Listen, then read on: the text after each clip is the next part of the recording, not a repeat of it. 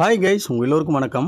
நாம் எல்லோரும் பிறர் நினைத்ததை எழுதும் காகிதமாக இருப்பதை விட எப்போதும் நாம் நினைத்ததை எழுதும் எழுதுகோலாக இருக்க வேண்டும் என்பதுதான் என்னோட சிந்தனை. இந்த மரத்து பேரு மகிழ மரம்.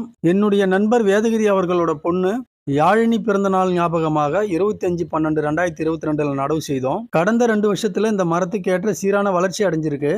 இந்த மரத்தோட பாதுகாப்பு கொண்டு உயரம் கொஞ்சம் கம்மியா இருப்பதால நாணல் குச்சிகளை வெட்டி வந்து மரத்தோட பாதுகாப்பு கொண்டு உயரத்தை அதிகப்படுத்தி விட்டுட்டேன். இந்த மரத்தை சுற்றி தூதுவளை, துத்தி, நாயுருவி, பூனைக்காசரை போன்ற களைச்செடிகள் நிறைய முளைச்சிருக்கு.